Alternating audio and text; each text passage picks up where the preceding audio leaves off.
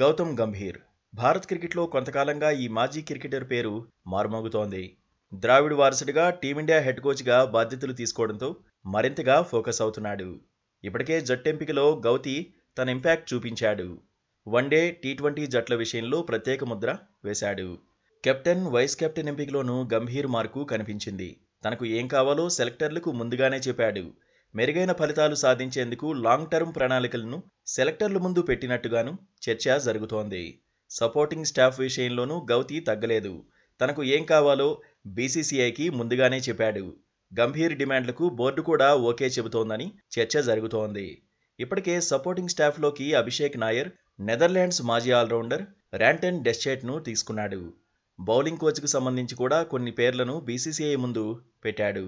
South Africa మాజీ bowler Morne Morkel ఈ లిస్టులో ఫేవరెట్గా కనిపిస్తున్నాడు. గంభీర్ చెప్పిన దానికల్లా బీసీసీఐ తలూపుతోందనే చర్చ జరుగుతోంది. ఇక్కడి వరకు ఓకే, కానీ ఫలితాలు ఎలా ఉంటాయన్నదే ఇప్పుడు ఆసక్తికరంగా మారింది. మెరుగైన ఫలితాలు అందిస్తేనే గౌతీ రేంజ్ పెరుగుతుందని ఎక్స్పర్ట్స్ చెబుతున్నారు. ఫలితాలు ఏమాత్రం తేడా వచ్చినా ట్రోల్ అయ్యే ప్రమాదం ఉందని హెచ్చరిస్తున్నారు. అయితే సవాళ్లు గౌతీకి కొత్త కాదు. మాటపరంగా అయినా ఆటపరంగా అయినా అగ్రెసివ్గా ఉంటాడు. ప్రతి విషయంలోనూ క్లారిటీగా కనిపిస్తాడు. ఐపీఎల్లో కెప్టెన్గా, మెంటార్గాను ఇంపాక్ట్ చూపించాడు. కోల్కతా నైట్ రైడర్స్ను 2 సార్లు ఛాంపియన్గా నిలబెట్టాడు. లక్నో సూపర్ జెయింట్స్కు మెంటార్గా ఉన్నప్పుడు మంచి ఫలితాలే సాధించాడు.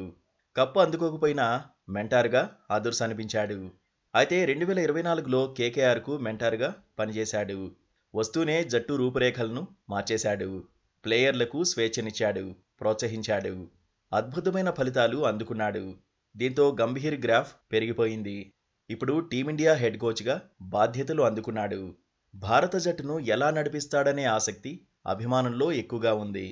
ఛాంపియన్స్ ట్రోఫీలో భారత జట్టును విజేతగా నిలబెడితే గంభీర్ పేరు మరింతగా మారుమోగుతుంది. ఆస్ట్రేలియా టూర్లోనూ భారత్ను సక్సెస్ఫుల్గా నడిపిస్తే గౌతీ రేంజ్ మారుతుంది. టీ20 వరల్డ్ కప్, వన్డే వరల్డ్ కప్లోనూ టీమిండియా అదరగొడితే క్రికెట్ చరిత్రలో గంభీర్ ప్రత్యేకంగా నిలుస్తాడు. అయితే శ్రీలంక టూర్ నుంచే భారత జట్టును విన్నింగ్ ట్రాక్పై పరుగులు పెట్టించాలని హెడ్ కోచ్ పట్టుదలగా ఉన్నాడు.